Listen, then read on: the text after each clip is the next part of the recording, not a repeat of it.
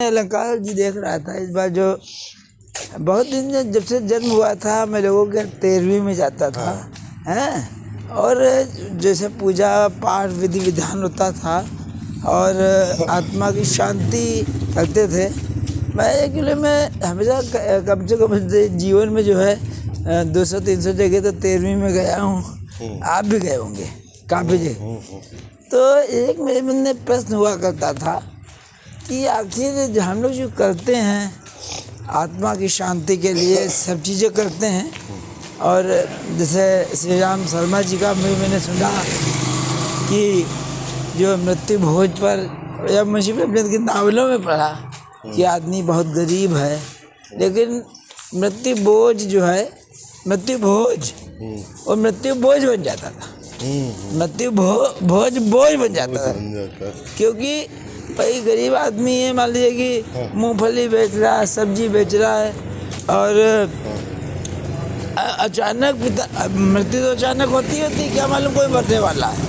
अब दिहाड़ी मजदूर है, अब पता मान लीजिए मंडी में है, उसको 4 दिन से जो है रोजगार नहीं मिला, ठीक है, लेकिन अचानक पिता माता किसी वृद्ध की या युवा की किसी की डेथ हो गई।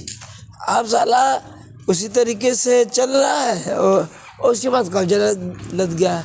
जाहिर सी बात है कि सामाजिक दबाव तो है ही कि में कोई विकल्प तो है ही नहीं कि आपको यहाँ कोई विकल्प ही नहीं कि करो कि ना करो, कहाँ विकल्प है।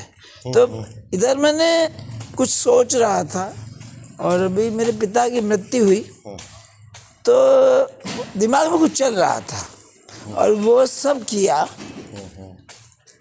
किसी से नहीं पूछा। हालांकि समाज में कुछ नया करना ये बड़ा मतलब तनाव भरा है क्योंकि सामाजिक विरोध ये होता है कि 200, 400, 500 आदमी आएगा, अगर जो तो वो 500 आदमी मेरे यहाँ आया और एक डर भी था अंदर। लेकिन मुझे लगा कि ये जो भोज होते हैं ये विचार से जुड़े होने चाहिए। श्रद्धांजलि जो होती है ये खाने से होती है या विचार से होती है। तो आप मेरे यहाँ गए, आपने देखा कि क्या आपको लगा वो जो हमने जो किया, आपको क्या लगा कि वो ठीक था कि नहीं ठीक था वैचारिक रूप में? आपके जब पिताजी का घटना हुई तो स्वाभाविक सी बात से आपने कहा कि हर व्यक्ति भोज करता है, लेकिन भोज तो हम लोग घर पे भी करते हैं, ठीक है, शादी ब्याह में भी भोज करते हैं, मुंडन मरचटने पे भी भोज करते हैं, लेकिन उस भोज में और इस भोज में हम लोग को क्या अंतर दिखाई पड़ना चाहिए? इसका कॉन्सेप्ट क्यों ऐसा क्रिएट किया गया? क्यों किसी के निधन के बाद भोज की व्यवस्था की गई? इसको अगर हम मर्म को समझें तो ये ऐसा महसूस होगा कि हम उस व्यक्ति के निधन के बाद भोज करने के लिए नहीं जाते, उसके व्यक्तित्व को, उसके विचारों को याद करने जाते हैं। उसकी आत्मा जो वहाँ पर पहुँच गई है, जो वहाँ देख रही होगी, तो क्या सोचते हैं लोग, उसको देखने के लिए जाते होंगे। तो जिस तरह से आपने इस कॉन्सेप्ट को अपनाया कि अपने उनकी यादों से संबंधित फोटोग्राफ्स वगैरह जितने थे और लिटरेचर, कुछ लोगों की जीवन परिचय वो सब पूरे मकान भर में लगाया, लोगों को वितरित किया, लोगों ने उसको पढ़ा, उनके विचारों को जाना, ठीक है। तो ये दिखाता है कि जो उस भोज का वास्तविक उद्देश्य क्या था, इससे ये सफल हो पाए। वो सिर्फ इतना नहीं था कि आप आइए भोजन करके चले जाइए, जो मन मस्तिष्क में उनके प्रति उद्गार थे वो लोगों ने व्यक्त किए, ठीक है। फिर क्या किया कि लोगों ने जो उनके प्रति दुख था वो कहीं न कहीं से दुख से वो उबर पाए जब उन्होंने उनके व्यक्तित्व के बारे में जाना, वही जाना कि नहीं अगर वो नहीं भी है तब भी उनके जो बच्चे हैं, जो उनका लड़का है संतोष साहू, वो उनके विचारों को आगे ले जा रहा है, उनके विचारों को मान्यता दे रहा है और यूट्यूब के माध्यम से लाखों लोगों तक पहुंचा, अमर करने का ये प्रयास है। ये अमर करने का प्रयास है, ये मात्र आ करके खाना खा जाना नहीं। तो ये दिखाता है कि भोज क्या होता है, मृत्यु भोज, तो भोज नहीं होता है। ये जो है वास्तव में भोग हो गया। भोग भोग इसलिए हो गया कि आपने उनके विचारों को भोगा, उनके जीवन यात्रा को भोगा, उनके संघर्षों को भी भोगा साथ में।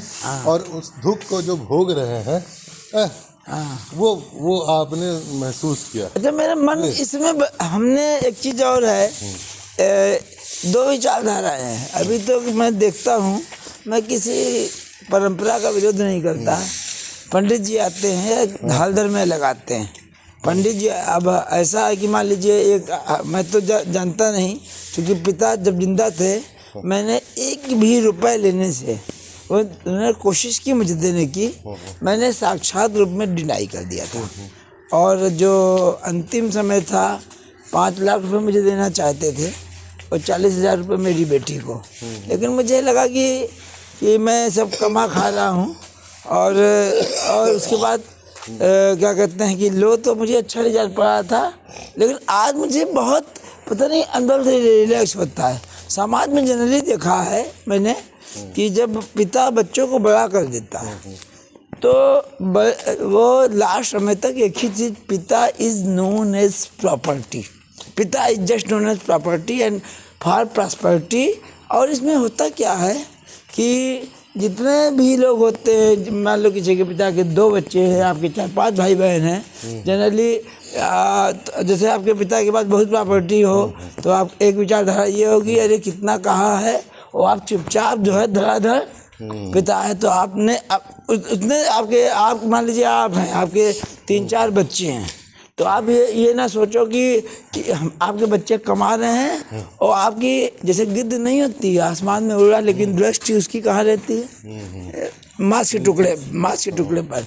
तो आपकी दृष्टि समाज में देखा है कि वो लगती है अरे पिता के पास क्या रखा है, और जल्दी जल्दी जो है नोच लो। ऐसा भी होता है और आप नोचने के प्रयास में काफ़ी सफलता भी मिल जाती है। होता ये है ना कि तो उसके बाद आप जो है ना बस वही जो पंडित जी आएंगे, जैसे 2 का पहाड़ा नहीं होता है क्लास में 3 का, बच्चों को रटवा रहा है, पंडित जी आएंगे भी, वो ढेर सारे जो भी होते होंगे मुझे नहीं मालूम है क्या होते हैं, कर्म कांड होते हैं। और फिर आप कर रहे हो आत्मा की शांति के लिए प्रार्थना। तो यहाँ पर मुझे समाज का दोहरा चरित्र नजर आता है कि जब तक पिता आत्मा की शांति नहीं, उनकी खुद की शांति के लिए प्रार्थना हो जाती है। उनकी खुद की शांति एक तरफ ये आत्मा शांत हो गई, मेरी आत्मा कर्म पे आधारित होती है। ये जो ढोंग या पाखंड है ये क्या लगता है कि जब तक जीवित रहा तब तक हर हफ्ते आप उसको धक्का मारो, आप अरे ये तुमने मेरे साथ किया क्या है, उसके बाद जब मर जाए तो ये क्या है, ये जो है ये ढोंग है। आत्मा की शांति कर्मों से आती है, इससे आती है। तो स्पष्ट है कि कर्म अगर आपके अच्छे होंगे तो व्यक्ति की आत्मा कर्म ही देखती है। और ढोंग देखना होता ना तो सारे ढोंगी जो है सब महात्मा बन चुके होते और हम लोग ढोंगियों के चैप्टर पढ़ रहे होते।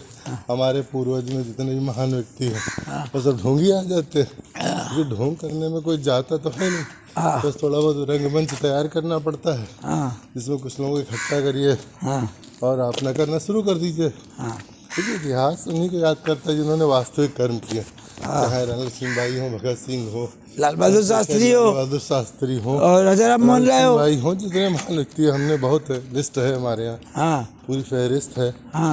तो हम इसीलिए याद करते हैं ना, उन्होंने कुर्बानी दी है, उन्होंने देश के लिए कुछ किया है। तो जेन्युइन जो लोग होते हैं उनको ढोंग की जरूरत नहीं। लोग मैंने जो कुर्ता पहना लोग हाथ में भी देखा होगा, वो मतलब लोग कहने लगे अच्छा हमारे ऊपर दबाव बहुत था कि चूंकि मैं परिवार में सबसे छोटा हूँ और सब बड़े, लेकिन पता नहीं इच्छा हुई कि पिता की जो मेरे अंदर रहा कि जो श्रद्धांजलि होनी चाहिए पूर्णतया वैचारिक होनी चाहिए। श्रद्धांजलि का खान पान से क्या संबंध है? आप श्रद्धांजलि में तो कहते जैसे मैंने क्या किया, मेरे फोटोग्राफर ने कहा 25 साल में मेरा पहला ऐसा अनुभव है जब किसी आदमी ने वीडियो बुलाया है, वीडियो वाले को बुलाया है, तो जो उनके विचारों पे, व्यक्तित्व पर चर्चा करा के जो ये कराया है, इससे क्या लगता है आपको? ठीक हुआ कि नहीं ठीक हुआ? ठीक हुआ भाई। आपकी उनके प्रति ये जो एक समर्पण की भावना थी, हाँ श्रद्धा थी, भाई, हमें श्रद्धा को वो अनाथ थे, किसी के माध्यम से दर्शाया। चाहे वो कुर्ते में फोटो लगा करके, कविताएं बनवा करके, होर्डिंग लगवा करके, बैनर लगवा करके, और उनके पसंद की खाने की चीजें, चिक्की लड्डू, चिक्की लड्डू बने बस में। हाँ, तो ये सब करवाए, तो ये दिखाता है कि आप उनके विचारों के साथ अन्याय कर रहे थे, विचारों को आगे ले जा रहे थे। बाकी तो खाना पीना तो हर व्यक्ति, आप किसी को भी ठेका दे दीजिए, वो खाने का मेज सजा करके उसमें बना के ले आएगा, लोग उंगलियां चाट के चले जाएंगे। हाँ। लेकिन विचारों को कौन ला पाएगा? विचारों को लाने के लिए आपको समर्पण की भावना चाहिए उसकी। और लोगों को कहाँ मालूम होता है? लोगों के, हमारे ऑफिस के जो लोग आए, उन्होंने कहा मुझे यही नहीं मालूम था आपके पिता अनाथ थे और वो बस के कंडक्टर थे। क्या आपको मालूम था? इससे पहले आपको बोले? हमें भी नहीं मालूम था। हम 20 साल हो गए होंगे आपके संपर्क में आए हुए। हाँ, अभी तक इससे आपको क्या महसूस हुआ? भाई यही महसूस हुआ कि आपने उनके व्यक्तित्व को, उनके संघर्ष को दुनिया के सामने प्रस्तुत किया। अच्छा, हमारे सगे बड़े भाई हैं, कहने की जरूरत नहीं है, वो मतलब बहुत अच्छे हैं, दिल से इज्जत करते हैं। और मैं बताऊं आपको, अगर मैं उनसे पूछ लेता ये बात, कोई बात, तो हर वो बात वो मुझको कटवा देते। तो इसलिए मैंने सोचा अगर जो भी होगा, समाज में लोग जो है अच्छे कदम उठा नहीं पाते, इसका कारण क्या?